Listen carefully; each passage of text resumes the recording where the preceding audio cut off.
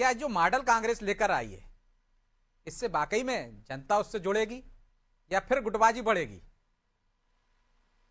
देखिए, स्वाभाविक रूप से जो मॉडल कांग्रेस लेकर आई है, एक आदर्श राजनीतिक दल के लिए ये एक आदर्श सिद्धांत माना जाता है।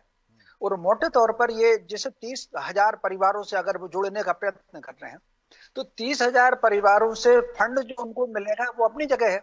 लेकिन 30,000 परिवार से मतलब मिलने का मतलब हो गया है लगभग 1 लाख वोटर से संपर्क। हम्म। औसत एक परिवार में 3 वोट, कहीं कहीं 4 वोट होते हैं। तो स्वाभाविक रूप से किसी पार्टी को मजबूत करने के लिए, आधारभूत करने के लिए, ये जो द्वार पर दस्तक देकर के धन संग्रह किया जाता है, ये उसका सैद्धांतिक रूप से एक अच्छा मॉडल है। और सामान्यतः ये माना जाता है कि किसी भी विधानसभा क्षेत्र में 3 प्रकार का मतदाता होता है।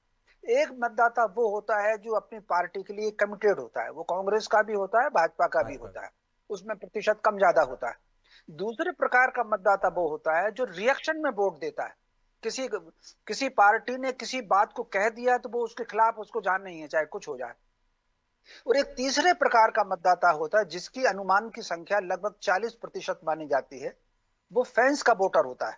वो कहीं ना कहीं समय को देख करके, लिहाज को देख करके, व्यवहार को देख करके वोट करता है।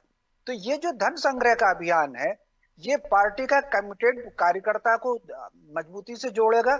और ये जो फैंस का वोटर होता है, उस फैंस के वोटर पर भी अपना प्रभाव बनाएगा। ये इसका धन संग्रह का एक सिद्धांत होता है। अब दूसरी बात, कांग्रेस की जहां तक बात होती है, तो धन संग्रह के जितने भी लक्ष्य कांग्रेस ने अभी तक पिछले 40 वर्षों में, 50 वर्षों में निर्धारित किए हैं, उसमें एक भी पूरा नहीं हुआ।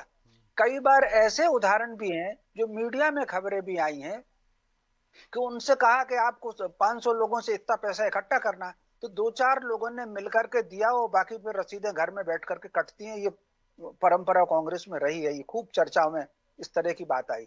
तो स्वाभाविक रूप से ये जो अभी उन्होंने डोर टू डोर दस्तक का और 100 रुपए लेने का है, इसमें कांग्रेस का कार्यकर्ता कितना सक्रिय होगा, इसका रिजल्ट उसके बाद भी देखने को मिलेगा। अभी तो कुछ कहा नहीं जा सकता। ये बात बिल्कुल हरीश चौधरी जी ने सही कही। अभी जैसे हम जिले में कोई कार्यालय कांग्रेस का देखते हैं, ब्लॉक में कोई कार्यालय देखते हैं, तो वो जिस घर में ये कार्यालय चलता है, वो कहीं ना कहीं किसी के द्वारा स्पॉन्सर्ड किया हुआ होता है। पर्दे के पीछे से कोई इसको सहयोग करता है, कोई इसको स्टेशनरी ला करके देता है। ये एक व्यवस्था चलती है, कोई स्टेशनरी ला कर देता है, कोई फोन का। अब तो खैर लैंडलाइन का जमाना नहीं है। हम्म। जिन दोनों लैंडलाइन हुआ करती थी, तो कोई जाने लैंडलाइन का बिल जमा करता था, वो उसके दायित्व बटे हुए थे। कोई नेता आ गया तो फिर कोई जना नेता गाड़ी का प्रबंध करता था, ये सिस्टम हुआ करता था। लेकिन अब कांग्रेस अगर उस सिद्धांत पर आ रही है, गांधी वाले सिद्धांत पर आ रही है, मैं समझता हूं एक अच्छी बात हो गई, लेकिन इसके रिजल्ट लेकिन तभी अच्छी अच्छे बात तो हो आएंगे। गई शर्मा जी।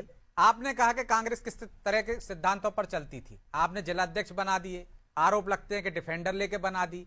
अब आप कार्यकर्ताओं के पास जाओगे कि जिला चलाने के लिए, ब्लॉक चलाने के लिए, कार्यक्रमों के लिए 100-100 रुपए दीजिए, तो वो क्या स्वीकार करेगा?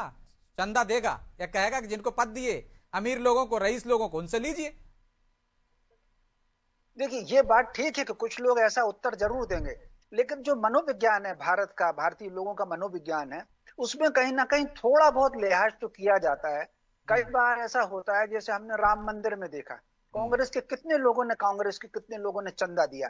तो कुल मिलाकर के कई बार लिहाज में भी आदमी देता है, क्या ठीक है, चलो ये आए हैं, इन्होंने घर पर दस्तक दी है, तो 100 रुपए देने में कोई दिक्कत नहीं है। वो वोट दे ना दे, लेकिन 100 रुपया तो वो दे देगा, हम्म। बशर्ते कि कांग्रेस का कार्यकर्ता ईमानदारी से दस्तक दे। जी। अब जैसे मान लीजिए प्रियंका जी हैं, हम्म। कोई अगर जाएगा, अंबिका जी इनके यहाँ जाके दस्तक देंगे, तो 100 रुपया प्रियंका जी दे ही देंगी, भले ही वोट ना दें। तो हम्म। ये कहीं ना कहीं एक सौजन्यता, मानवीय सौजन्यता जो भारतीयों की है, वो रहती है। तो उसमें अगर जाएंगे, दस्तक देंगे, तो रुपया तो मिल ही जाएगा। और जी। हमने इसी डिबेट में देखा है, बीरेन द्विवेदी जी हैं कांग्रेस के, वो कहते थे हम भी चंदा देते थे बीजेपी वालों को। अब प्रियंका जी चंदा देंगी कि नहीं देंगी, ये तो वही बता सकती। देंगी क्या प्रियंका जी एक लाइन में?